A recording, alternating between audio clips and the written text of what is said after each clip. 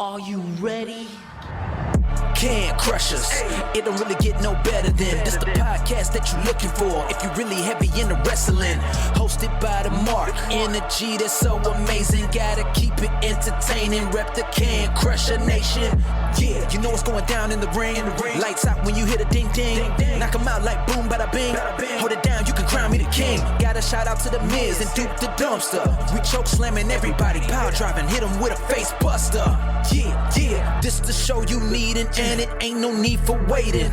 Mark, hold it down for the Can Crusher Nation. All about wrestling and keep it entertaining. Can Crushers Wrestling Podcast. Time to break 'em, let's go. Yeah, Can Crushers. Yeah, Can Crushers. Let's go.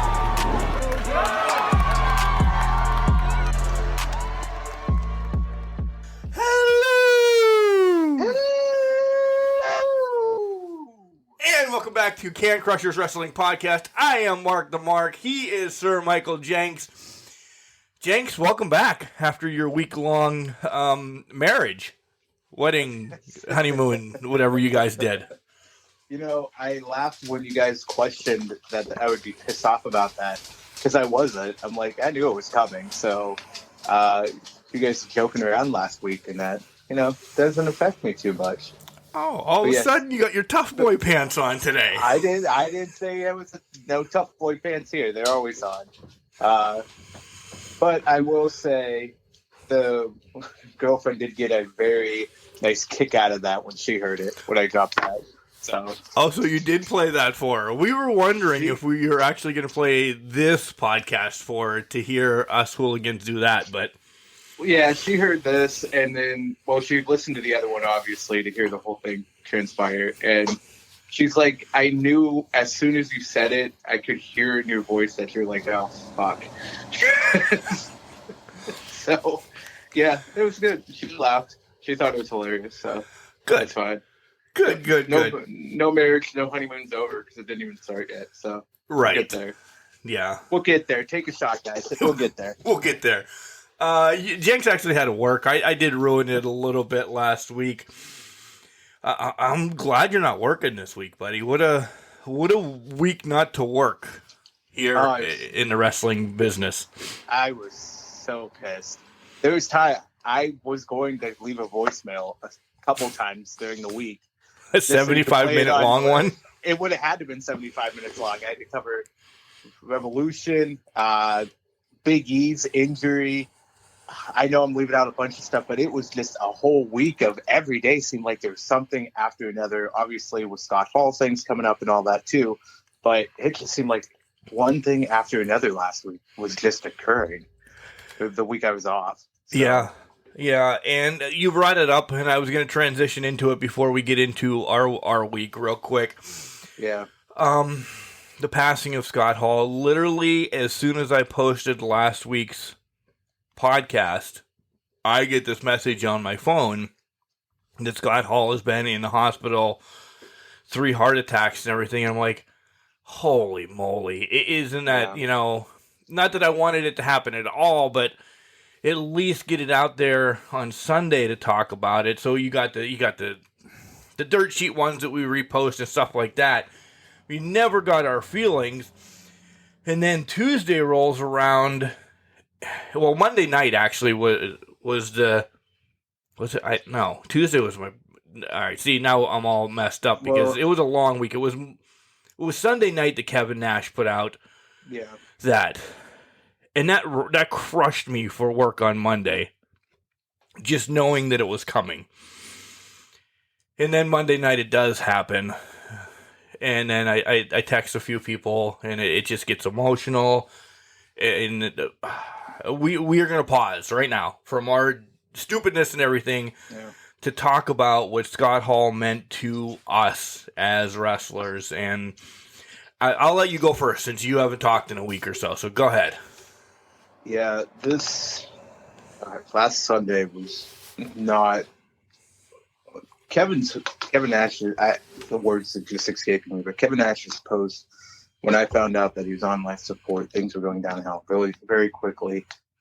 it breaks your heart, and it really puts that somber mood on the week when you realize one of your childhood heroes, memories, your childhood is going to pass away and is leaving you. I mean, there are certain pillars and certain people that you grow up and you watch and you're entertained by. And for me, Scott Hall was one of those people.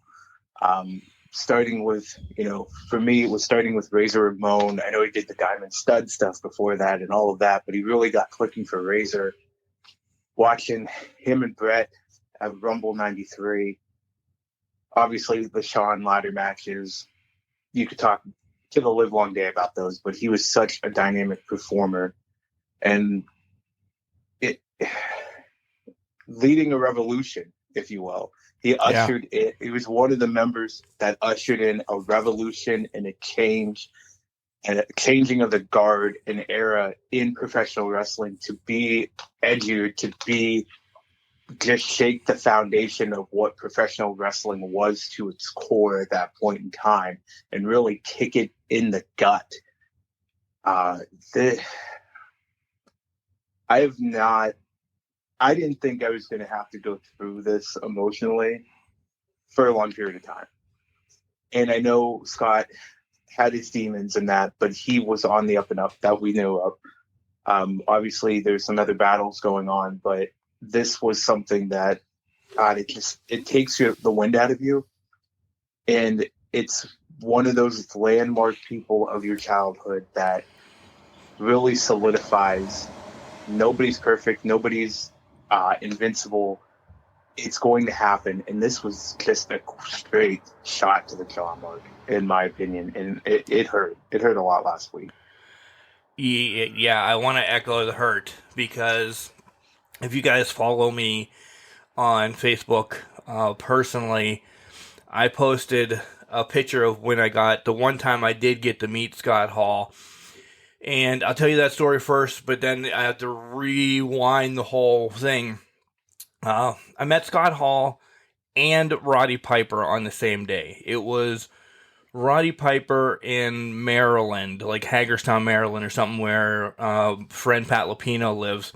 He was doing a signing at a comic shop. Got that. He spent literally hours with each and every person. So that was awesome. We talked about that the whole way from Hagerstown back to the Pittsburgh area when it was me and the English professor. We thought our day couldn't get any better. We knew Scott Hall was going to be there, but we're like, okay, no disrespect now, no disrespect then. What Scott were we going to get? Just sign an autograph and peace out. He spent just as much time as Roddy did with everybody, just talking, telling stories, making sure you posed in your picture of either Too Sweet or you had John in a headlock or, it wasn't just stand by me and take a picture. He really interacted with people. And that was the only time I was around Scott.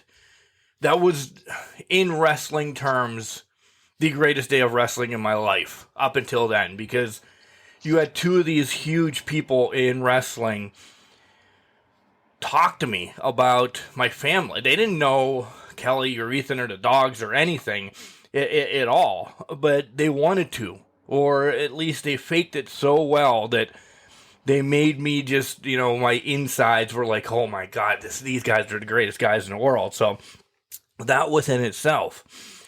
I've followed Scott from his AWA days, as, the Gator Wrestling Scott Hall with Kurt Hennig, not Mr. Perfect, when they were tag team champions in AWA. And then I did see the Diamond Stud.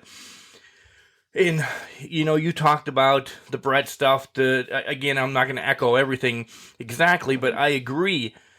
Jenks, when Scott Hall was the first one to transition from WWF to WCW, we're watching that in the back of the pizzeria. We thought it was, and he's so good, we thought it was legit real. We're like, what the hell is going on? We didn't know. The other guys are coming. He was maybe not the leader of the NWO, but he was the first face that you saw of the NWO. which made it cool within itself. You didn't know it was the NWO. You knew it was the Outsiders. I don't know if Nash or Hogan could have been able to get everybody in that same buzz that he did. You're talking about hurting? Yeah, this one really hurts. I will put this, and I'm not judging wrestling deaths, but I want you guys to know where I am on this one. His kids, we watched a pay-per-view of Owen passing away, and Owen was one of my favorites, and that was a shock. Boom. Yeah.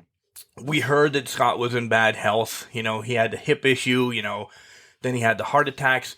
But you thought he's going to pull through this. Look at what he has done in his life to get out of the basement, essentially, of life that he was in. We're like, Razor's the bad guy. He's going to pull out of this. He's going to pull out of this. And then, like I said, I was following it with, you know, bated breath to see, because I knew if there was going to be somebody to say something, it was going to be Nash. And then when he posted that, I had a rough Sunday night. It was throwbacks to Mom being in the hospital. It was a rough Monday because I couldn't bounce back. And then when I heard about it Monday, this has been a rough week in general. Because, and I'm not pinpointing saying it's this, because I know I can put the memories of everything together. So, is Scott in a better place? You know, I do hate using some of these terminologies like that.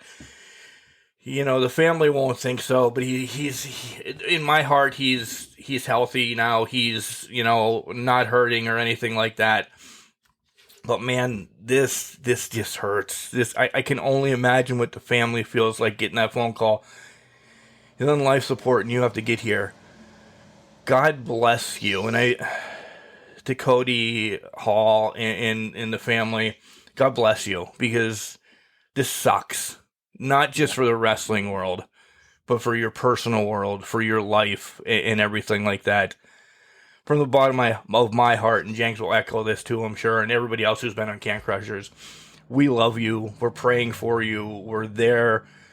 And I know the Can Crushers are going to be the last people you call, but god damn it, if you ever need anything, do it, because what he's done to the wrestling business, and if you follow the English Professor as well on social media, you saw that he dressed up as the bad guy. That was his man, and I thought maybe he'd reach out this week to say, hey, let me say a few words, but he's swamped with stuff, so I'm not going to bother him. But yeah, this was our life. This was our 10th, 11th, 12th grade year of just following Razor and trying to catch a toothpick wherever he was. God bless you, Razor. Yeah, God bless. And I've been there, losing a parent. This is never easy, especially under this circumstance. So God bless his family. Bad times don't last.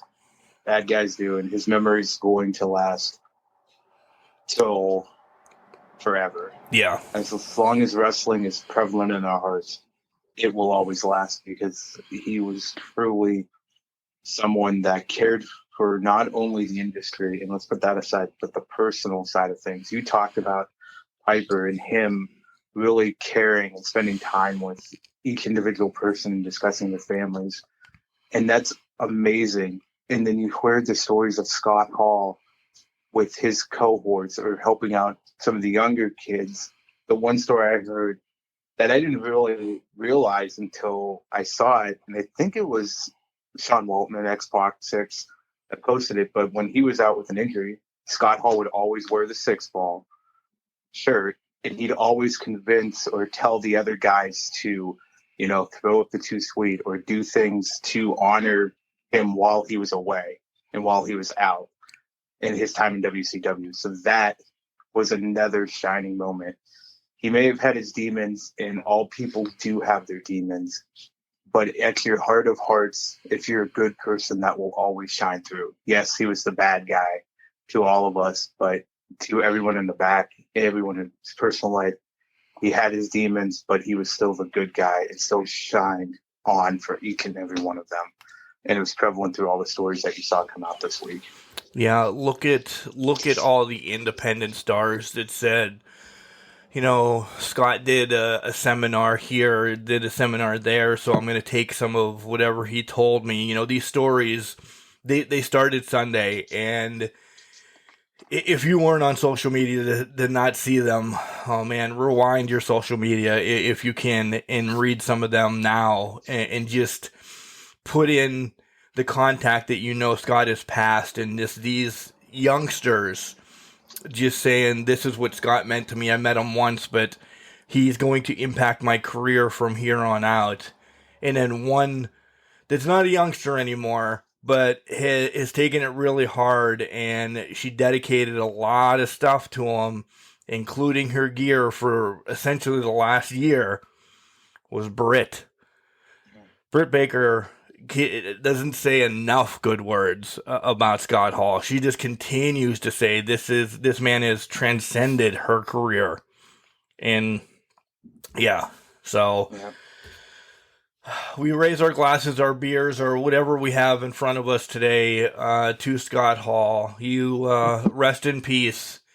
You will not be forgotten, the bad guy. You may have betrayed the bad guy, but you are one of the best that's ever been in and around this business. Thank you for the memories. Thank you for the next generation that you have touched, and they're going to pass along your memories as well.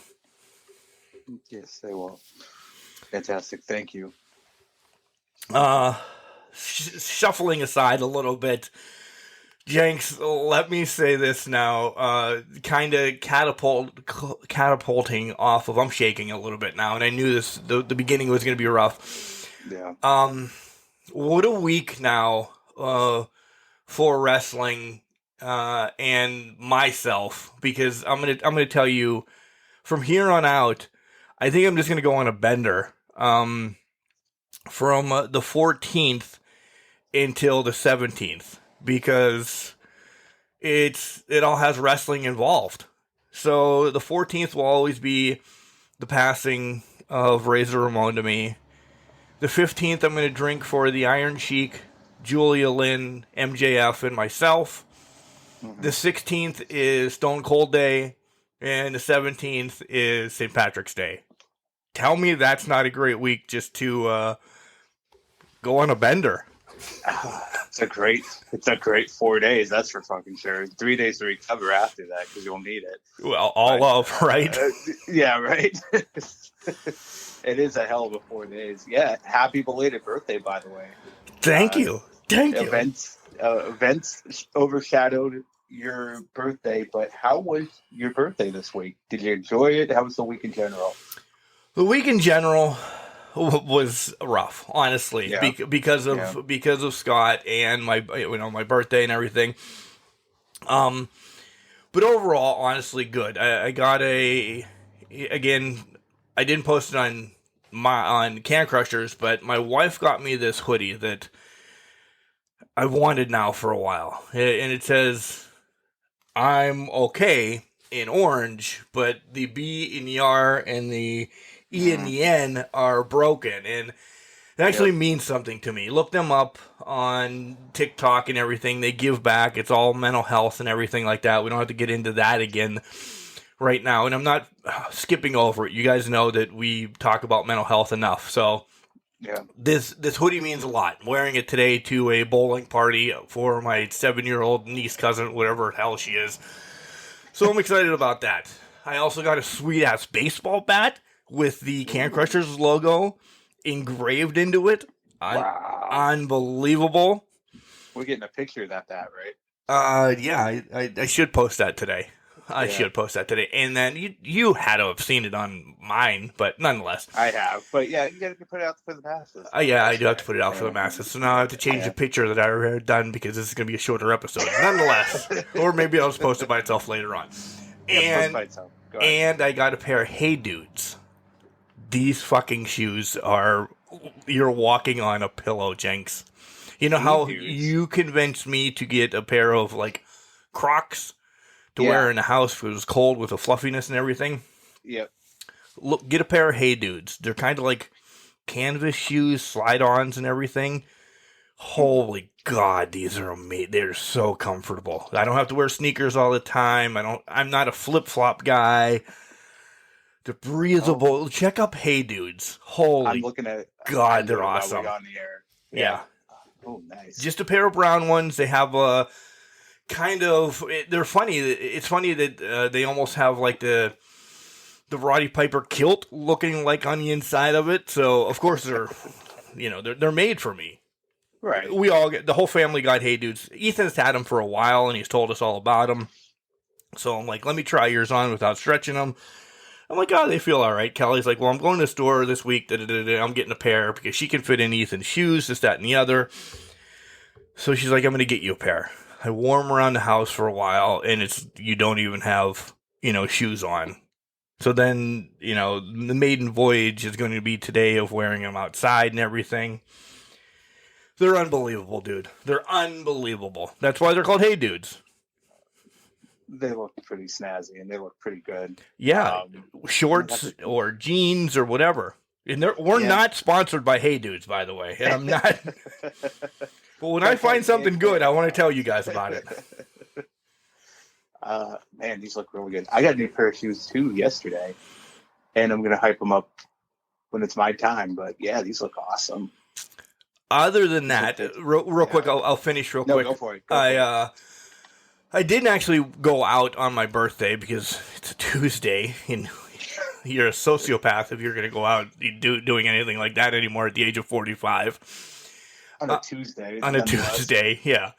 I didn't have a beer on 316 Day either because one leads to many. But I did go out on St. Patrick's Day. I couldn't. I knew that Fridays were out a little bit lighter. I was going to drive most of the day so I could bounce back. Everybody knows St. Patrick's Day is my favorite holiday. So I went out. And 2.5 hours later, I came home and I passed out. I have not officially drank a ton in a while, which I'm kind of proud of that. But it was St. Patrick's Day. I did an Irish car bomb. I did a couple mini beers, several beers, and then came home, I ate, and I took a hell of a nap until the next day. Very nice. Yeah. Sounds like a good way to celebrate. This was start at 1 o'clock in the afternoon, and you're done with everything by 4:30, and you're in bed by 5, and you sleep for 12 hours. It was fan-fucking-tastic. I felt great on Friday. I mean, I really mean I felt great on Friday. Good job. I did absolutely nothing for St. Patrick's Day, so I'm glad you celebrated for both of us. Good. We will get to wrestling, but Jenks, what did you do this week? Nothing as exciting as you, obviously. It was a somber week, but yeah, with everything going on. I had one beer on St. Patrick's Day, and it was a Britsburg beer. So that was from, I believe it's East End Brewing down in Pittsburgh.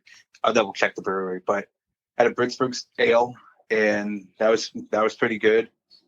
Just kind of had a mellow week. We had a couple things come up at work, so I was working through that. I was doing stuff for mom at the house. Bailey went to the vet, get checked out, and get a good bill of health. So she made new friends there, obviously. So it's been kind of a whirlwind week. The vet was Wednesday. Was doing stuff at work and had to go shopping Thursday night. But then Saturday comes and I go out and I buy a new pair of shoes. Mark, do you know what kind of shoes I bought yesterday? Pumas. No. I bought a pair of sneakers that were Crocs. Apparently Crocs make sneakers now. What? And they were $30 off sale price. So I got them for about $35. And Mark, they were comfy. And they're breathable. It's basically just like a Croc material, a little bit thinner, a little more flexible, and it's got the sole of a sneaker on it. And it was pretty nice. It's a pretty nice walk yesterday, walking around in them. So, yeah. So now I got a new pair of Croc sneakers. I'm going to have to look into those now. I know. I didn't even know that was a thing. But, yeah, I found them. And I'm like, okay, we're good. We're into this now. I'll send you a picture of them. You're all about yeah. Maybe our thumbnail's completely changing. It's going to be pictures of shoes this week. Wait, no Croc about it. It's a no Croc zone. But yeah, so it was a pretty decent week.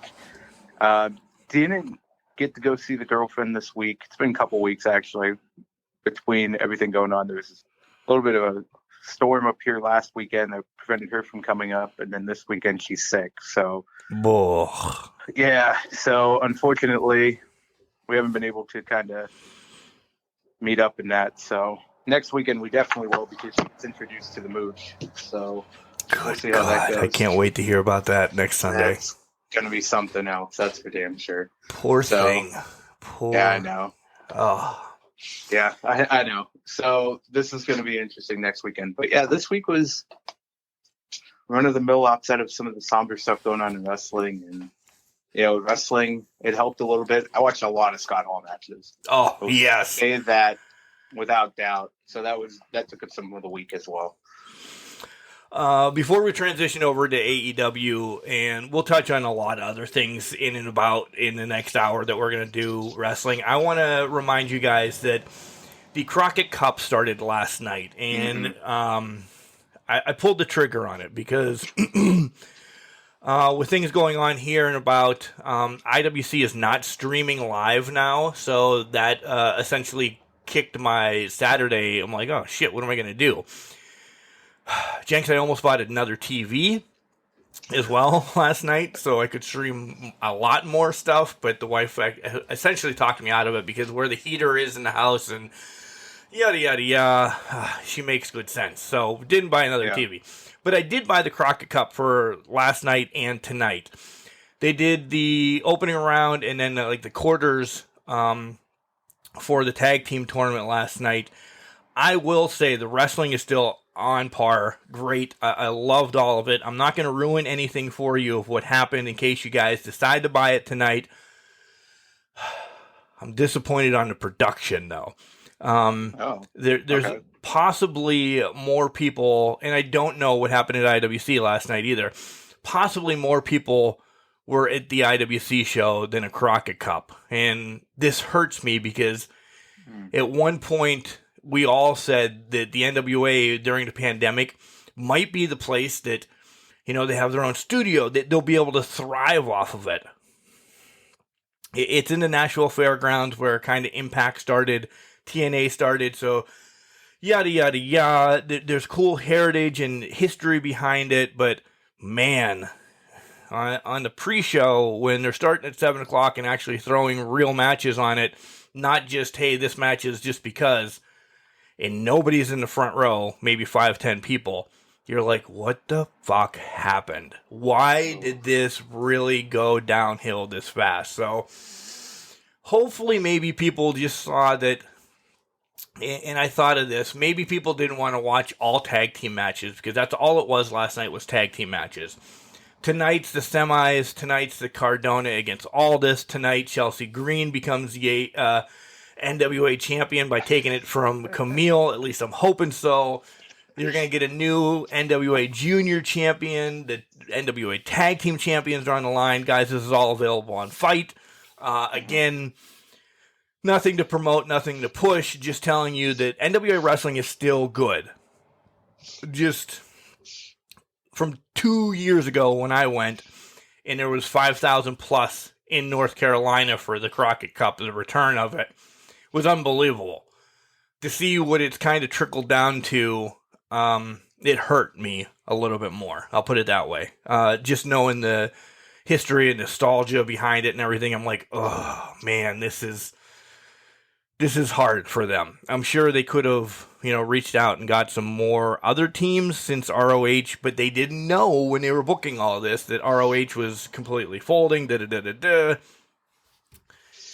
Yeah. That's essentially, but buy it. I think it's like, just for day 2 now tonight, I think it will be like $23, $25, something like that.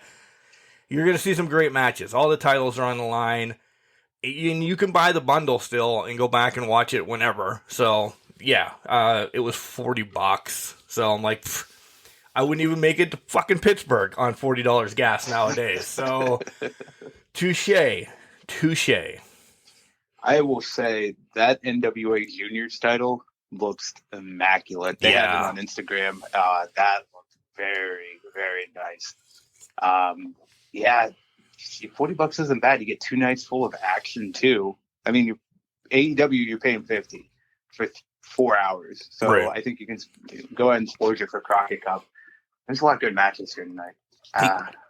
I was looking up some things right now. I'm not going to give away any spoilers, but things are going to heat up tonight for sure. And you told us the card, so definitely worth the investment for $25. It really is. Looking for it. It really. I'll ruin one thing. Blue Meanie shows up, by the way, last night, which was amazing. So, wait, did he interrupt the match? You don't have to tell us the match or anything, but did he interrupt the match? He was in a match.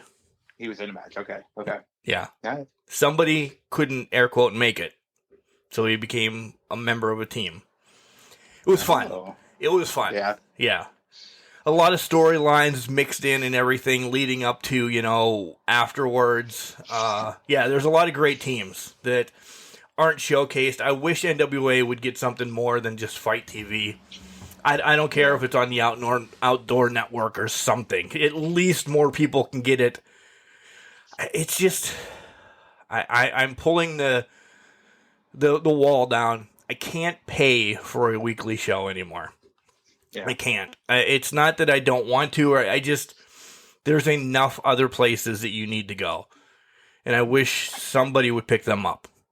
Or at least just put it back on YouTube all the time, live. Yeah. So. Yeah, I will say this. I wish it would come to either Fight Network or, because I just got added to my package for YouTube TV. So I'm like, Fight Network's a perfect network for them. Just get onto a package so people can get it. But to your point, paying for a weekly show, it's just not cutting it. You can get your fix elsewhere and you can get results. And eventually it's going to end up on YouTube somehow. You're just going to be a couple of weeks behind. Yeah. Exactly. So there's ways to see it, even if you have to wait a couple of weeks. So I think you just got to make it free. And that could be part of the reason why it's suffering now, Mark, because wasn't it? It was huge on YouTube. A couple of years ago. It was a couple of years ago. It was on YouTube, and the deal with Fight was recent, right? Yeah, after the whole pandemic and because they shut down. They weren't even trying to do, hey, we'll do the studio shows and nobody will be here. They just completely we're paused until the pandemic says we're okay to come back. Yeah. So. All right, let's transition to AEW, but first we're going to do all this shit to get it out of the way, and I mean it quickly. Collar and elbow hats, hoodies, tees, all that cool stuff. Check out our promo code. It's Can Crushers, capital C and Can, capital C and Crushers. You'll save 10% from Collar and Elbow. All our social medias have where you can get our merch too. Buy some stuff, period. Our social medias, Twitter, Instagram, and Facebook, all of them are at CanCrushers69. Holy God. CanCrusher69@gmail.com is our email, and we're available anywhere podcasts are. Here comes Al. We come back. We're diving into AEW that stole the fucking week. Wrestling. A love and a passion we all share. I've started a wrestling brand. The wrestling brand. A brand founded on the aspects of wrestling. Two entities working together to create a product that connect emotionally for people everywhere. Collar and Elbow is the brand. Passion and love for wrestling is the drive. I am Al Snow, and this is Collar and Elbow, the wrestling brand.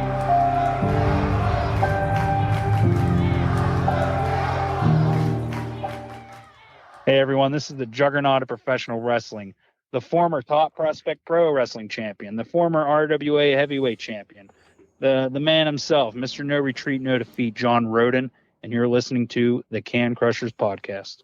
And welcome back to Can Crushers Wrestling Podcast. It's Mark, it's Jenks, we're here, we're diving into AEW, you're going to see a mix of things. We're against the wall today, and it's my turn to be against the wall, so fuck Jenks. Here we go with... No. I'm in a great mood, though, today. I really am. You are in a great mood. That's good. That's good. Dynamite, Jenks. I don't care if we go in order. I'm going to bring it to you right now. Did we already see a match of the year again with Britt and Thunder Rosa?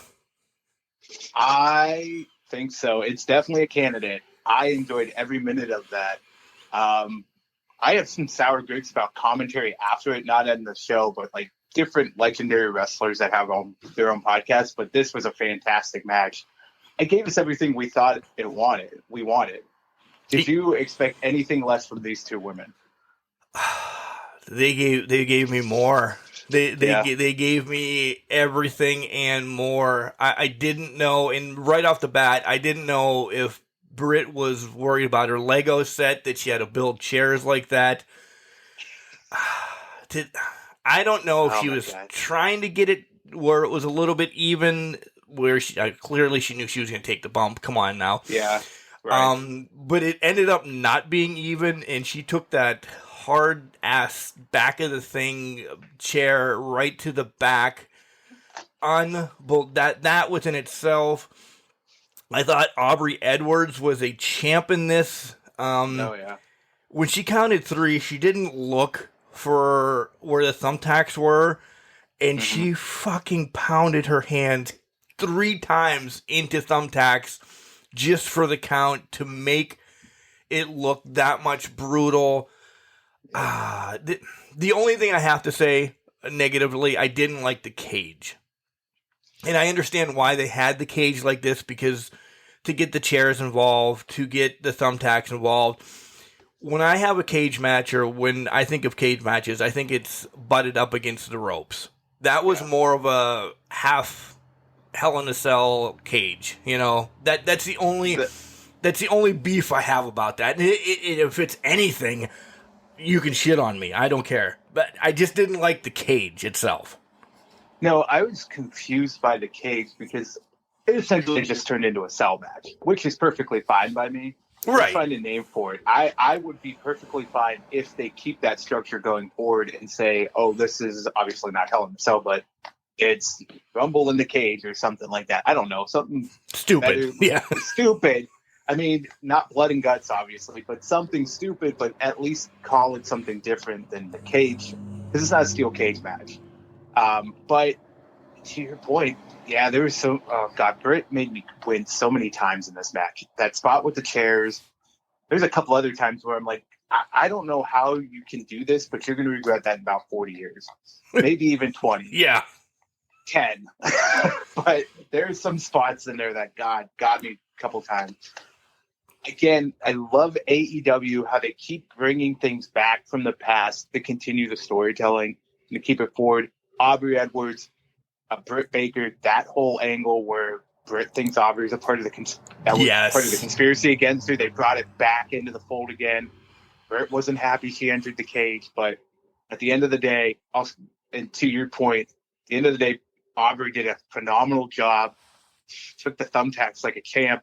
She's one of the performers in this whole thing, and she understands the assignment. I don't know how many times I've seen Dax TikTok. Maybe you should just call this TikTok appreciation this week. But yeah, she came in. I don't know how many times I've seen thumbtacks involved in a match, and you see guys swipe the tacks out of the way, then go for the pin. It takes away from it a little bit. Not Aubrey. Aubrey's right in there banging her arm on it, like you were saying. So, God, this was so good. They did so many good spots. The end, I knew they hit time because you just saw them. They go right to the finish, which was perfectly fine. But they did it the right way, and they ended it pretty well for when they hit the time limit. But I thought that was great. I agree. And there's somebody that said the ending was a bit wonky, but before we get to that, and I want to shit on him anyway. Yeah. I think you know who it is, and I bet you wrestling in general knows who it is. Somebody posted on Britt's page, and Britt actually did something I've never seen her do before. She came on Insta and she pretty much blew this fan out of the water because they said that they are gimmick tacks. Britt came on with fucking fury and said, yeah, that's why my arm is black and blue and I have pinholes all around it. She said it better than I'm giving her justice for right now. Right. But go fuck yourself, fan. You're not. Just move along. And it could have been Enfuego against me. And if you would have said that against Enfuego, I would have been just as much pissed off. Those are not gimmick tacks. I've seen them stuck in people at IWC's head, ass, shoulders. Yep. Jack Pollock still has them stuck in his boot from like 30 years ago. Yeah. Foley's still walking around with them stuck in his eye. Exactly. So to see Britt come out and actually call somebody out, good for her. I love it. I've never seen her do that before. But the person that we're talking about, Jenks, and are we talking about Bully Ray? Yeah. What a douchebag. He has proven over the entire podcast, busted open, that he is an absolute douche and a jackass. How can you sit there? I get you're a legend in this industry, but you don't need to give your 2 cents on everything and shit on them because of the ending of the match. There's nothing wrong with that ending of the match. Nothing. Nobody's ever rewound his matches and said, let's look at Team 3D or the Dudley Boys or whatever the hell they were called, or just Bully Ray matches and said, well, why did this happen? Because nobody cares. It ended good. It ended great. It made sense. It didn't need to tell 5 more minutes. Exactly. Like, this is what I don't get about legends in this industry, or just people that are from this industry that have to speak their mind about wrestling matches and the way they move. Why? Just shut up. Nobody gives a flying fuck what you think. It's the same thing with Disco Inferno when I see his name pop up because he's shitting on something. Disco Inferno hasn't been relevant for 20 years, at least. At least. And you could argue in WCW wasn't that relevant either. But at the end of the day, nobody gives a fuck. It was a good match. These ladies put their lives on the line, and I'm not being dramatic. Take thumbtacks, cut your forehead open, get beat the shit out of on a daily basis, and tell me that you're walking away the same person, because you're not. No. And this was, again, they put their future lives on the line here to promote and push a product and provide entertainment value for the fans. I'm sitting back and I'm enjoying every minute of it because I appreciate what they're doing in the ring, and I appreciate them. But to go and just because you have a platform and nobody else will listen to you outside of that platform and run your mouth, man, just stop. You're not that relevant or that worth it. Well, my big to-do is, why are they doing this? If they're in this business, and I know, all right, everybody says kayfabe is dead, this, that, and the other. Some people are trying to keep kayfabe alive, or whatever. Yeah. I completely, however you want to do your business, your organization, cool. I will watch it. I will give us, the Can Crusher critique. We will love it, this, that, and the other thing. But if you were in the business and you were essentially a Hall of Famer in this company, that company, multi-time champion, this, that, and the other thing, you know how the business works more so than Jenks and Cody, and me and Moochie, any of us across the board, anybody that's been on Can Crushers, you know how the business works better than us. You're the one actually giving more away than Britt and Thunder Rosa did during that match. Yeah. You just told us this is not how the match was supposed to end because of time. I would have never looked at it that way. Yeah. Am I going to look at it that way? No, I'm not. I will watch that match for what it is and not give 2 shits what Bully Ray says about that match. Agreed. And enjoy every single minute of it again, because I'll probably watch it maybe later today or earlier this week, coming up this week, because it was that good of a match. Right. The other point to that, Mark, is, and this is where part of my argument, my heatedness around this comes from, is I get you don't have anybody's ear in AEW, but if you want to talk about time, running out of time, or these things in the back, just message these people privately. You don't need to give your 2 cents on live television unless you're looking for, or on live radio, unless you're looking for that attention. It goes back to the being relevant, but it also, to me, it goes back to another thing that's prevalent in sports today. You don't take your issues outside of the locker room. You keep them in-house and you keep them close to the chest. We've seen everything in the NFL that's going on with Baker and Cleveland and that whole shit show that's going on. And Johnny and Deshaun jackass him, that disgusting human being. But you keep all of that in-house. This is the same thing. But again, you're trying to stay relevant and you're trying to get your voice heard and announce you're still here, probably because nobody's listening to you if you are directly messaging them. I'm just fired. I just don't understand why you would sit there and criticize that. You could criticize the ending, or like we do, where we complain about people winning or things like that. That makes sense. Fine. There's nothing. I'm not saying K-Fab needs to continue, but if you got an issue with the way things ended, take it back, put it in the office, vent it that way. Don't put it live on air just so you can get relevancy and get attention for it. Exactly. All right, moving along, I want to talk about the next big thing in my book on Dynamite was Scorpio Sky against Wardlow. I had hoped Wardlow would win the match and had a title before MJF. Yeah. But this story is so much better. This story is so much better. Thank you, Tony Khan. You gave me what I didn't know I wanted. Right. And then... top it all up, how much did you hate MJF when he paid off Dan Lambert? Because I hated him. That fucking handed money over. I'm like, God damn it. I hate him. I really do. It's the love to hate thing. That he's so, yeah. But again, that makes the story even more interesting or even better than Wardlow winning the title and then MJF just comes out afterwards and beat the shit out of him. It also helped Scorpio Sky out because I thought they were going to just turn him into a transitional champion, and he doesn't deserve that. He is way more talented than that. So I'm kind of happy that he didn't drop it to Wardlow, and we get to see him with the TNT title. Does it mean we have to deal with Lambert in his co-championship now? Yes, but yeah, I do like that Scorpio Sky is continuing with the title, but man, MJF, motherfucker. Right. And we say it I am honestly saying it out of love. Yeah, me too. But. You are, I did see, apparently we are going to keep referencing TikTok this week because I follow some guys on TikTok and they said The Miz is still better than MJF. Now, let's talk about that for a minute.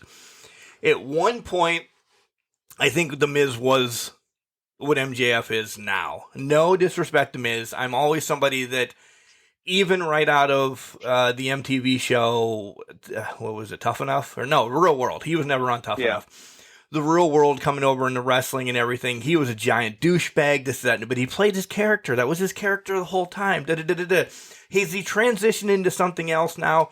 Yes, he is not that same Miz anymore. Do I still respect him and he does everything for the WWE that needs to be done, has to be done, doesn't need to be done, but he does it anyway? Yeah, come on. He's a future Hall of Famer. He carries that division sometimes just from his stupidness. He is not on MJF's realm anymore. Not anymore. I don't care. I'm waving that flag. Hate me, but MJF's the biggest dick in wrestling. And it's duly noted and seen, and anything that you want to back up, let's start backing it up. Yeah. Miz lost that, 2 years ago when MJF started, when MJF turned heel on Cody. That's when Miz lost that whole being the biggest dick in the industry, being the biggest heel, anything like that. And that's not a bad thing because he's still doing what he needs to do. Like you were saying, within the relevancy of WWE, we talked about this several shows ago. It's two different organizations. It's two different things for wrestling right now. One is sports entertainment, which ties into another Jackass Society thing today. Yep. And the other is for professional wrestling. MJF has a lot more leeway because it's a professional wrestling show. He can be a bigger dick. Miz, he's got to be a sports entertainer. He's got to do entertainment. He can be a douchebag. He can be there. They're not in the same realm. It's not because they're in different organizations and that. It's just they're not comparable to me. No, and not anymore. Not anymore. There was a time when they were, and that was perfectly fine, but they're not anymore. And that's fine too. I still get a kick every time Miz is on TV. Not so much with Logan Paul with him, but that's a different story for a different time. But I still get a kick out of Miz being on TV. I enjoy the Miz, and you're right. He's a future Hall of Famer. And the things he's done for this industry, he might not have had the accolades that a lot of people have. He's a Grand champion. He's great. Yeah. Right. And, he's not like a one-time or anything like that, but he has done so much for this industry, God, over the past, which is wild to me to still say this, 16 years, 17 years. Right. He's been in the company. Yeah. He's just done so much for it. Yeah. We watched his WrestleMania main event up in Parts Unknown. The whole Parts Unknown Seawolf City group went to a bar and watched it. Yeah. Which isn't there anymore, by the way. So don't go looking for it. You can't find traces of us. You're right. The next thing is a Jackass Society. Yeah. I can't. I don't know where I am right now on this. It's going to push buttons, and I think it's going to be good to push buttons. I still can't fucking stand one guy in this whole godforsaken society. I hate Squareface guy. I cannot listen to him. I can't stand him. I hope he's the first one that gets his face blown up and thrown out or something. He's the one that pisses me off more than anybody. And maybe that's what his role is supposed to be. So he's winning in life. He understands the assignment, as you said. He does understand the assignment. This is going to piss off a lot of people in AEW. So, again, it's working. I think this is literally just created to piss people off. Because that's the only logical thing I can put together. I do appreciate, though, in this segment, Jericho tied why everybody was with him. Yes. Together. I thought that was beautifully beautifully done. And I loved also that he got name dropped Kevin Owens in that, but that's a different story for a different time. But it was beautifully done. He tied everything. We knew why Hager was there, but why 2.0 joined him, why Garcia did. Apparently he's sports entertainer Jericho now, so I'm going to love to see where that goes now. Did Garcia look like Pee Wee Herman, though?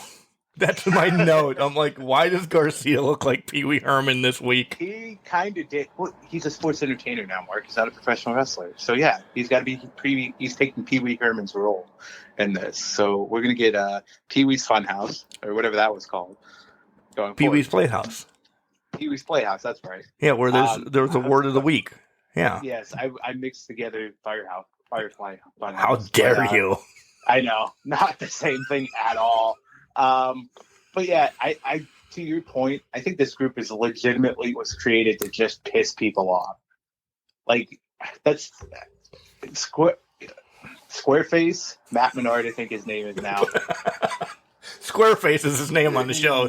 Squareface, Nasty Boy ripoff. I want to align him to Jerry Sag's side of the Nasty Boys. He's just too intense. Like, there's intensity that I love in professional wrestling.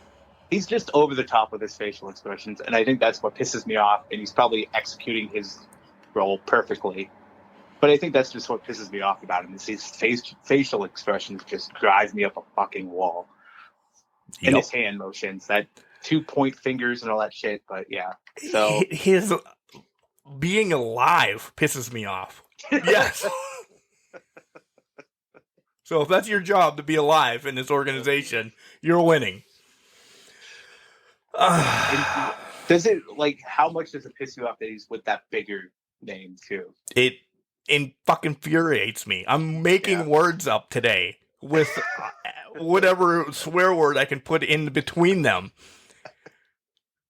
I don't know. I don't, there's sometimes I turn the TV off because I hate the person or walk away from it because he's on that realm for me that he just gets underneath my skin. Again, the assignment, check. Yeah, he understood it. Yep. The lead match of the day, by the way, opening match, I guess you want to call it, was Team Adam Cole against Team Hangman, and this started a little slow for me, Jenks. Like, I had an idea where it was going, and I didn't think Hangman was going to take the pin, and Lucha, I don't think, has taken a pin in a while because he's a dinosaur, and so the writing was on the wall that, all right, we're doing this 50-50 kind of booking here right now in this whole scheme, that Cole was going to get the win over Jungle Boy. It was pretty easy to understand from the get-go. Yeah. Yeah, the rating was there. I mean, they had a lot of great moments in the match. The triple moonsault. Oh, that was fantastic.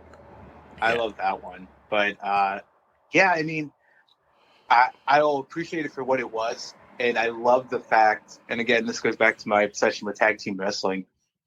Red Dragon can isolate a babyface so well. Yeah. Riley and Fish know what they're doing. And it's amazing for that. Also, can I props JR? Because one of my notes this week was he was criticizing Rick Knox for his tag team rules. And I don't know. I love that. I don't know if you picked up on that, but it was pretty good. I did not. Yeah, there was a time, I can't remember the exact scenario, but I made the note here that he criticized Rick Knox a little bit for what he was doing and how he was officiating the match. So it's worth going back, but I did like to call that out and shout that out for JR. That was a plus for me in this, but at least JR's getting a plus this week because you missed, you didn't tell us what you thought about JR and Revolution, but he had some moments. I was trying to ignore JR sometimes during Revolution, but that's a different story. Yeah. Mox and Danielson is Yuta and Chuck. Wow. Did you see Yuta being the first person that wants to come over? I didn't. I didn't either, but I love it. Yeah. Yuta looks so good in this match. He does. It made me. It obviously showed that they had just been tremendously underutilizing Yuta these past however months he's been, even with best friends or in the company. God, he looked really good in this match. And the slap from Regal after the match was perfect, pitch perfect, and pissed him off. Did you notice when Danielson walked into the frame with that? He kind of popped in and was like, "What are you going to do about it?" After Regal slap. Yes. Yeah. Yes. I wrote that down because I think that was a telling moment too, as well. And I don't know why I'm going to bring it up, but the Private Party and Hardy's match, the only thing I wrote down of this is I'm so happy that Darby Allin is pushing heroin for kids on his skateboard. Did you not see that? I did not. On the bottom of his skateboard, there's some type of caricature that says heroin. Really? Nice. Yeah. Watch that again. I have to watch that again. Yeah. I'm like, this is the guy that the kids love. And he skateboards and he does cool tricks and does everything. You're going to show the bottom of his skateboard that says heroin. Nice. How? Kelly even posted, noticed that is the word I'm looking for. Noticed that right off the bat. She's like, why the hell does he have heroin under his skateboard? Not the real substance, but just the word on it. Right. I gotta watch this again. I can't believe that. Yeah. That was my only real beef. I'm like, oh, shit. I can guarantee you Mama didn't say that was okay. Mama didn't say that was okay. Just saying. Yeah. Are we getting Bret Hart to manage FTR? Or are we going to get... We have to, don't we? I think it makes perfect sense. The Owen tournament is literally coming up. Yeah. It's perfect reference. If Brett manages FTR and they're in this Owen thing, which I have to imagine they're in it, that's got to say that they're going to win, right? Right. Well, isn't it singles? Or is it tag? I thought it was tag. Oh, I thought it was singles. Hang on. Let's get a verification here. I swore it was a tag team tournament. Essentially, like their own Crockett Cup. And speaking of Crockett Cup, the Briscoes are still in the Crockett Cup, so I will ruin that a little bit. Make sure you buy the Crockett Cup tonight, because I think something might happen with who we're talking about between both teams. Because I saw that came out for Supercard of Honor. Yeah. You can put that fucking puzzle together. If you can't put it together, we got problems. Yeah. So as Jenks is looking that up, yeah. We'll transition over to Rampage, and if he wants to bring up anything else, it's fine and dandy.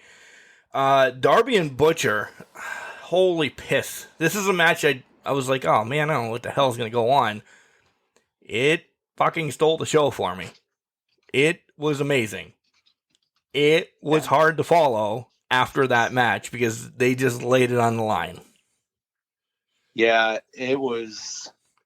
God, they did so well on that. And this goes back to what AEW does for Rampage all the time, is they start the best match first and then have everything else after that, because you're just getting that crowd into it. You know what I mean? They're just transitioning from whatever they were watching before. I think it's a shot at WWE, to be honest. But, God, I didn't expect it to be that good.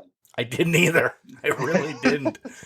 And no disrespect to Layla and Red Velvet, I love that match too. I mean, it was a half a step or maybe a full step down from it. The main event was the one that I was like, well, the next two were, I was like, essentially, I didn't even watch the main event. I'm not going to lie. Keith Lee and Max Caster, I could have given two shits about. You can tell me what happened. You know that if there's anybody besides Squareface that pisses me off more than in the wrestling business, it's Max Caster. So I didn't watch it. Didn't watch it. Yeah, I think the only takeaway that you can take away from that main event was that Swerve is now aligned with Keith Lee. Okay. That's all I took away from it, because Swerve came out to save Keith Lee after the Acclaimed and Team Taz attacked him after the match. So I think that was the biggest takeaway from that one. But you're right. Outside of that, Darby Allin and Butcher was just the entire thing that you needed to see. And Layla Hirsch and Red Velvet. Excuse me. Layla keeps impressing me. Red Velvet actually is impressing me. She's really getting herself back, and she looks very good every week. She looks like she's improving. And how about Chris Statlander turning, I don't know, seems to be turning into some not everybody's favorite alien anymore. Yeah. I guess there's a personality crisis going on here. So that's kind of intriguing to me as, all right, so what's the next step for Statlander? Is she still with the best friends, or is she going to go do something else? What is she becoming? So I guess that opens up a lot of questions for me going forward. We're going to need, and I hate to say it this way, we're going to need some people fed to Thunder Rosa for a little bit. Statlander's a bigger person. You can have her transition over to this meaner type of alien, or maybe not alien anymore, thug or whatever, because she was all in black when she came out. And Wednesday night we did see her wiping the paint off and throwing like the glitter and everything away. So maybe this, like you said, this crisis she has going on within herself, going to transition, and maybe Layla gets to her and says, hey, you know, it ends up that they end up partnering together and they take out Red Velvet. Because those are the three kind of intertwined in this storyline right now. And Statlander's always somebody that, you know, you can throw to a champion and have a great match. And again, Rosa has it now. So she's going to have to make a couple title defenses. Who's her first, though? Because with no hater, Rebel, I think she's got rid of Mercedes essentially now. Who's her first person? Who's going to come to bat against Rosa right now? That it's kind of dropped off. Yeah, And that's a perfect example. And we saw that with Britt. Chris really took Britt to the limit and really brought Britt's title reign to another level with their match back in September. It lines up perfectly for Statlander to be that first person. I think that might be the double or nothing, because I feel like we're going to have a turn here. Yeah. And I feel like it's going to be on Red Velvet, like I think you were saying. But it's going to be interesting to see. Now, where do you see... I guess it brings me back. I don't know if this is just setting up everything for the Owen Hart Cup, because I just looked it up. We're tying things back. It is a singles tournament. Oh, it's a singles now. Oh, yeah. I swore it was tag team, but all right. Yeah, so it's a men and a women's one. It seems like we're getting ramped up for that, and a lot of teams are starting, or a lot of friends or alliances are becoming strained and tenuous just in time for this tournament to come up, right? So I think we're going to start seeing, like this Red Velvet, the Layla Hirsch, the Statlanders, that friendship broke apart. We're going to see Hater, Rebel, Britt, that's going to break apart. Obviously, that was on its last legs to begin with, I would think. And Britt's going to start lashing out over the next couple weeks. Then you got Mercedes and Thunder was very tenuous to begin with. I wouldn't even call that a friendship at that point. It was almost a survival ship, if you will. That'll fall apart. Obviously, Thunder's probably not going to be in the tournament, but there's going to be different people involved in this tournament. We're starting to see those friends and those groups and those alliances start to crack a little bit to really open this up for the tournament that's coming up in the next month. So it's going to be interesting. Yeah, it is, and I wonder what you're going to get for winning this tournament. I say, you're not going to have either champion in it, right. Jade or Thunder. Is this a way that Britt gets a rematch, or are we... I want it to move away again and not have Britt and Thunder go at it one more time, because I like these once-a-year matches. I think Britt and Thunder have found... Get ready. Hate may be coming on me. I think they found their steamboat to their flair. Because tell me how many times you can't watch a Thunder Britt match. How many times can you not watch a Flair Steamboat match? Yeah. You're absolutely right. I can't argue it. But too much. Because, there was Flair Steamboat matches all around the country. Right. They're not... They weren't recorded. They may have been the same match in Mobile, Alabama, and Kansas City, whatever. You saw glimpses every once in a while. Now everything's recorded. I think you keep them separated for a couple months, 6 months. I don't care if they're the main event every fucking St. Patrick's Day Slam. I'm there. Well, exactly. I completely agree with you. I think AEW does it right. It's not like WWE where they will revisit a rivalry 1 week after it's concluded, right? I think I can't argue with your point there. Thunder and Britt are a Steamboat and Flair connection here. And it just... Who wins, though? I don't know who would win this. There's not a front runner here outside of the women. I think besides Britt, there's not a front runner to take it besides Britt. And we got a couple months to know the field until we know the field. But there's nobody lined up that could make that run in my eyes. There's people that can run deep into it, but there's no people that can make that actual run to win it besides Britt. Right. I think we're both looking at it. Is it going to be something that propels instantly into a championship match, or is it something to help build somebody? And right now in my head, somebody that really needs built back up and jump back into it, I wouldn't mind seeing Anna Jay, because before she got injured, she was leading the Dark Order, doing cool things, looking like she was going to be embedded into a storyline for a while. Maybe Anna Jay. And I'm the first one to say it, I think. I think maybe this is where she gets her push again. Maybe her and Ty have to go into a little bit of a spat again instead of being legit BFFs. Yeah, I mean, I guess it's going to be what's the end game for the people in the tournament. Is it a title shot, or is it just to say, I won the inaugural Owen Hart Cup? Yes, it's going to lead to something down the line, obviously, because this is a pushing moment to push these people forward. But what's the end game here? Is it an immediate title shot, or is it just for pride? And you walking around and saying, I have this cup, I won the cup, honor me, if you will, or respect me, acknowledge me, if you want to go that route. Yeah. But that's kind of where I'm at right now, is what the context around the tournament is will dictate what they do in it. If it's immediate title shot, I think Britt's the favorite, odds-on favorite. I do too. Win it. Yeah. If it's to push somebody new, it could be Anna Jay. It could help Layla Hirsch. It could push, maybe it pushes Red Velvet. I don't know what their anticipation is for that, but also we're not even mentioning Serena Deeb, Sheeta. You know, there's other individuals out there that are going to help propel this tournament forward that could step forward. We just have to know the context around it. And I think it's key. And is this a tournament that all are welcome? Because I always have to bring up somebody when there's tournaments and people are allowed coming in for spots here and there. Is this where Chelsea Green comes back into AEW? Do we get ready? And I don't know, but I will always throw her name out.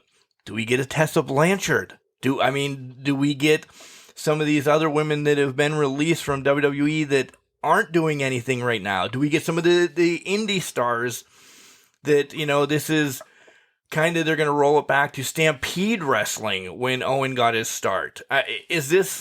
There's so much engulfed around this tournament right now. And again, look, we're months away and we're talking about it because we love tournaments. We love to know what you get out of it. Yeah. That's why we want the fucking King of the Ring tournament back, WWE, as a one pay-per-view. I completely agree. One pay-per-view, quarterfinal. I'm not going on that rant again because I could be here for days about that. But you're right. That's what the interest in tournaments are. Now, I don't think this is all one night, but the Owen Hart tournament's going to give us some great action, and it's going to be fantastic. I can't wait. And I'm trying to look up different people out there that we could play and spot in there that are just been released or who's out there. But end of the day, I have total faith in AEW delivering on this tournament. Oh. Whatever the context and whatever is going to happen, I have all the faith in the world on them. So I do too. All right, let's transition over to some place where we don't have a lot of faith sometimes, and it's going to be WWE. We're going to send it out for a quick break, and we'll be back, and we'll talk about what WWE did this week, and I don't know, probably a lot about the video game too. Oh yeah, for sure. What's up, guys? This is Jared Fritz, official for the NWA, and you're getting Ref Fit with the Can Crushers Podcast. Hey, yo. Welcome back to the Can Crushers Podcast. I was hoping you would do that. I was hoping you would do the Hey Yo. I thought about maybe we should have started the Hey Yo this week, but it's not our thing. But we do pay reference and respect and everything. If you're just joining us now, I don't know how the hell you got here without listening us to not the beginning when we did talk about Scott Hall. Cool, but rewind. Talk about Scott Hall a little bit. Hey yo. So did you play 2K a lot with Razor over the week? I did. Razor, Scott Hall took the United States Championship, actually the Intercontinental Championship.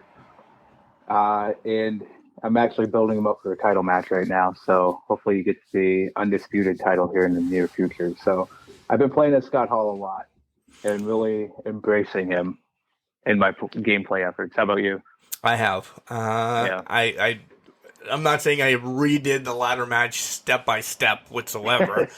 But of course I had to have a ladder match with Sean, and then I just put him in and I just decimated people for a while so I could see the Razor's Edge and I could see this and that, and I I continued to watch just the entrance of Scott and bask in his glory. Essentially, no reference to Keith Lee there, but actually for Scott. Yeah. Yeah. So yeah. Sidebar. The Can Crushers men's. We've come up with it now. There is a tournament going to happen. It'll be posted sometime this week to see who faces Dolph Ziggler for the heavyweight championship. And there will be a women's tournament to see who faces Liv Morgan for the women's champion. They will be our inaugural Can Crusher champions, essentially. And then we have the WWE Universe set up. That took fucking forever, by the way, Jenks. That was... Was it that bad? I don't know how to import stuff sometimes and this, that, and the other things, but I finally got it. We're going to use the AEW arena, the Dynamite arena, because I just like it better than everything else. And we're going to use that as our backdrop and getting people to get to stay on that show and not bounce to every other show. And I don't know the whole ins and outs of 2K as well as somebody else, but yeah, that was a day just getting it set up. So the tournament is set. You'll see the brackets when it's revealed during the video of who's in it. Anybody and everybody can be in this tournament. Everybody wants to be the first ever Can Crushers champion, and Dolph Ziggler is waiting to take on the winner of the champion tournament to see who the first Can Crusher champion is. And I don't play them. I'm just going to pick 8 people to fucking be in this and watch and commentate because, God, that was so much fun. If you haven't watched them, go to our YouTube page and watch them. They're both about 40 minutes, and I was pulling for Brody King, though, if you have not watched it. Holy shit, he decimated everybody. We know you were. We could tell. There was no unbiased commentary in those videos. None. But none whatsoever. But you did a great job commentating anyways. Now, are you going to be a Johnny Fancy Graphics with this tournament reveal, or how are you doing? I don't. Is it going to be I don't know. I just picture you like doing, in the first round, almost like an NCAA bracket reveal type thing. It's perfect timing. You could do. I should. Yeah. I have to take pictures of each match then and just.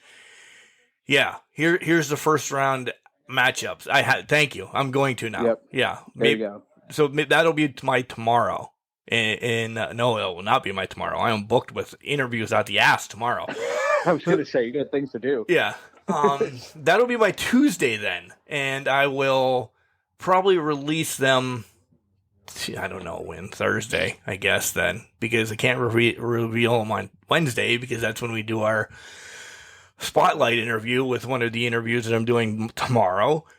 So Thursday we will have the first round matchups of the men's and women's tournament, and then both the tournaments will be released probably Saturday. Nice. Yeah. That'll be good. Yeah. I can't wait to see who's in and who's not. Right? We can debate after that point. Yeah. We can debate. We can debate. I'm guessing one of the tournaments has Brody King in it. Well, he's got to be. He's got to be in it. Well, he's paid you off to be in his corner, so right. And then from after that, I don't know. It's what is it? 8 people in the tournament you get to select. Is it 8? Yeah. All right. Yeah, it's 8. So we got top 8. Yeah. So yeah, if you haven't watched the Rumbles, it's a lot of big men slapping beef. That's the only thing I was thinking about during that entire Rumble was this is big beefy men slapping meat here.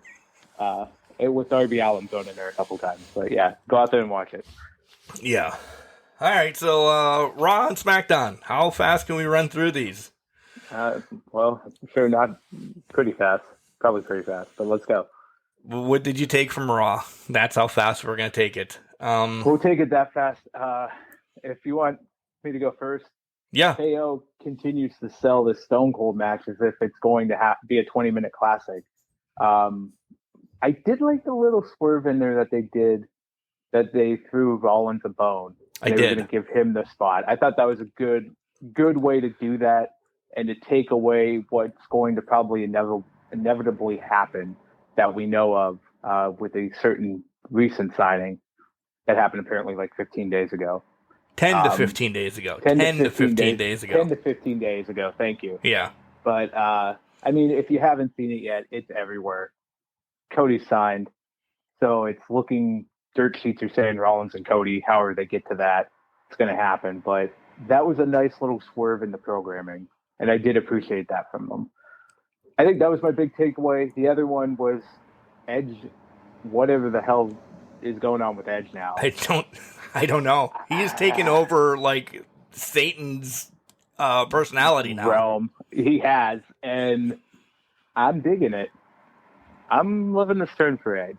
I don't know what you think of it, but right now, to me, I'm digging that little bit of a turn by Edge. It's kind of a refresh that I didn't know I needed, if you will. I want the payoff though for Edge. I want, no disrespect to AJ, he just resigned. Cool. He's going to be around for a while. Give him whatever after WrestleMania.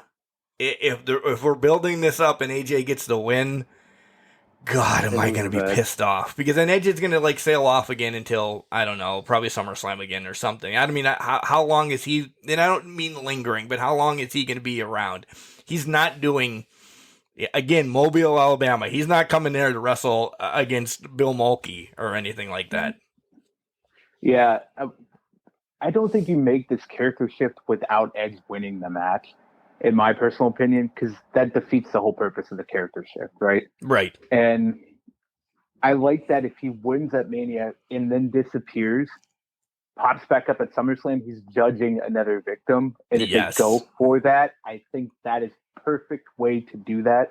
And it puts him in a spot of a legend fighting almost. You know, it puts him in that legendary spot where I choose to judge you because I'm above all of you. And I like that kind of aspect that they would have if they go that route. Most of the time they don't, so AJ's probably going to win. But that's a different story.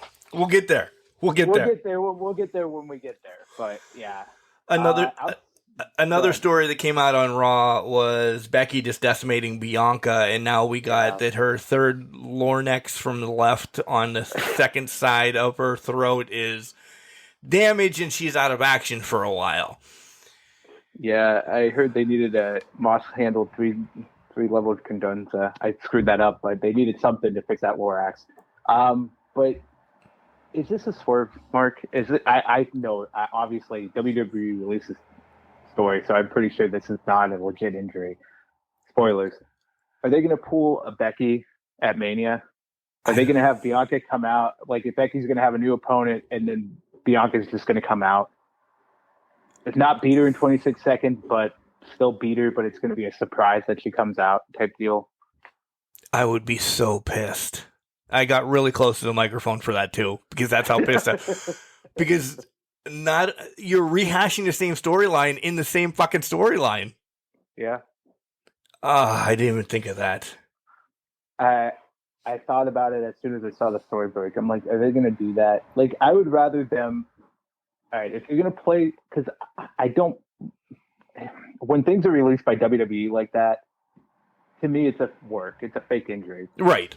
And so I feel like I'd be okay if she came back the week before Mania. I'm all right with that. I'm fine with that. But if it's at Mania, at the beginning of the match, no, don't do that. That's going to hurt Bianca more than it's going to do anything to help her, in my opinion. Well, people are going to boo. Well, we know that that's not the main event of number one. Number one is Ronda and Flair, and we'll get to that as well. But I've also read, and that was legitimately this morning, that actually the last segment on the show is going to be KO and Stone Cold. So I read that too. Yep. How? I don't. This is where I'll wave the fucking flag again. So you're not giving the women the main event.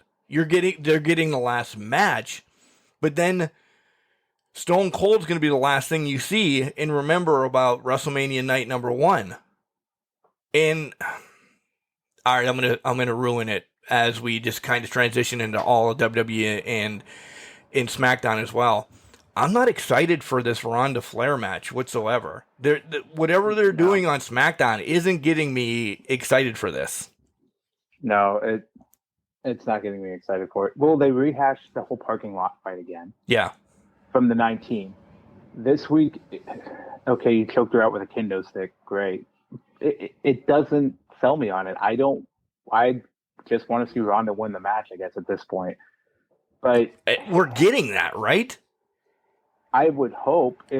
Flair went, like, I get that they push Flair. I feel like this is Ronda's the win, and it would make the most sense. But I could definitely see them put Flair over Ronda, and then Ronda's just gone. We have to dedicate a lot of time next week to WWE because essentially, because that'll be, what the hell is today? The 19th, right? 20th.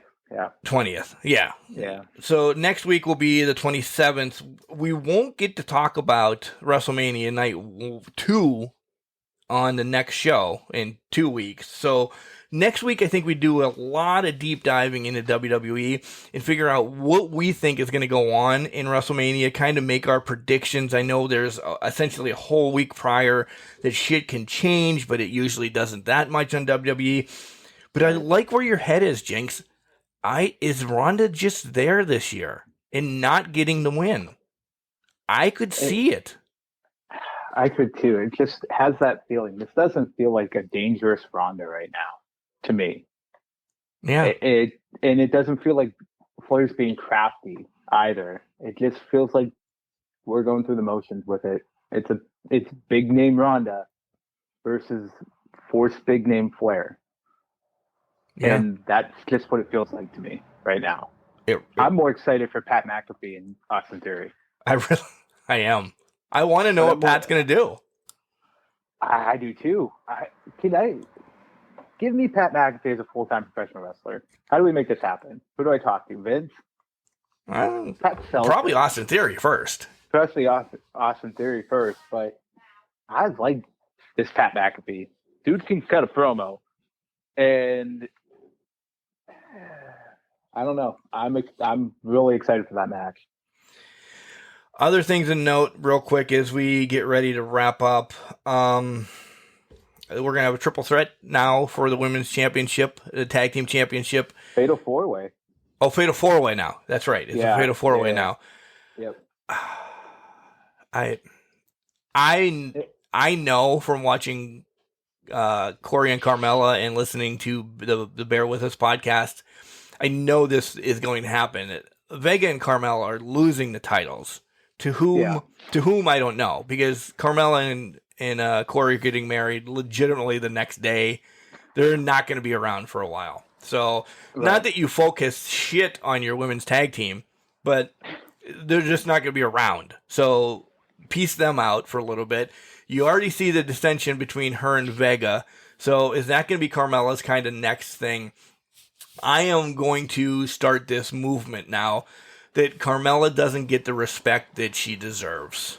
A multi-time champion, multi-time Money in the Bank winner.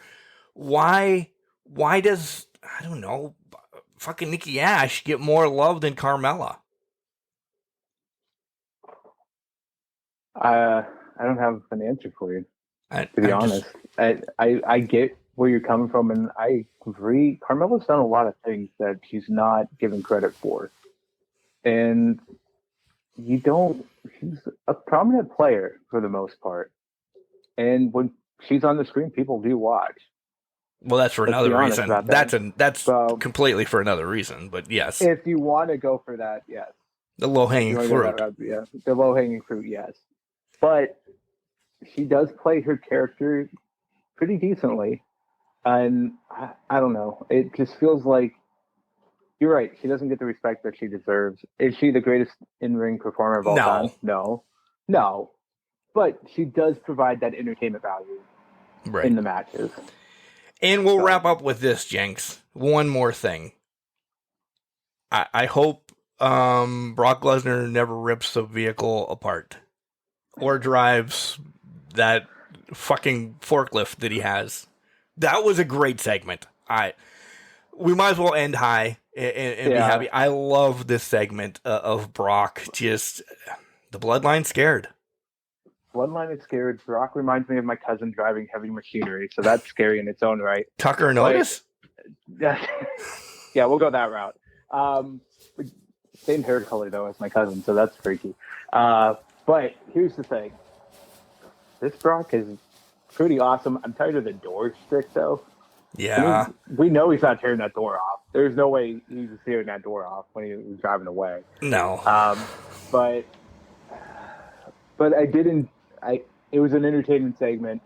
Bloodline scared. Roman scared. I'm not going to give away my spoilers of who I think would win next week, but they might be scared. But I don't know if they're going to lose the title. If who's going to lose the title. But I'll get to that next week. Yeah. All right. Like, again, it's my fault that we're running against the clock. You're good. It is my turn. And by the way, I did forget to tell you something that I did this week, and I didn't post them. I did not post them. I got 2 new tattoos this week. Oh, did you? I got my microphone, and Bailey's excited. I already have you, Bailey. I got my microphone for, like, Mean Gene, Howard Finkel, all those. It's the old school mic that drops out of the ceiling. I got that, finally. Nice. And my tattoo artist that doesn't know shit about wrestling, sometimes where she's placing these just lucks out. I got my Macho Man glasses, and she put them on the elbow. Oh, how nice. Freaking amazing. She's like, where are you putting? I asked her, I'm like, where are you putting this? She's like, it fits back on the elbow. I let her start it. I wanted to make sure that it was, the outline was on there. And then I told her, I said, you did some work and some study on Macho Man. She's like, I don't even know who this guy is. It fits back there. I said, all right. I said, his finishing maneuver was a flying elbow. She's like, yeah, I did a lot of work, didn't I? I said, I know you did not. But yeah, the Macho Man sunglasses where he's pointing and everything, it's on my elbow. That's awesome. Right? It's a little crusty today, so there will be no pictures. Oh. I just took the bandage and stuff off from Wednesday. Okay. So, yeah. All right, other than that, next week we will deep dive. We have to deep dive. We deserve to deep dive. We need to deep dive into WWE and talk about a lot of these WrestleMania scenarios that's going to happen, because essentially we're not going to ruin WrestleMania the day after and talk about what's going on. We're going to have to pause for like a week, because it's not right to engulf one night on one show and not engulf the other. So right. Our WrestleMania recap, unless we just do a recap for WrestleMania as a spotlight, but that's not going to happen because we got way too much shit in the hopper. In fact, that we do. In fact, one's a banger, right, Jenks? Yeah, some people would say maybe even a headbanger of sorts. Yeah, but yeah. All right, the dogs are coming. The wife's yelling. It's time to go to a bowling party. Jenks, remember, just because I'm trash, it doesn't mean you can't do great things. You're a garbage can, not a garbage cannot.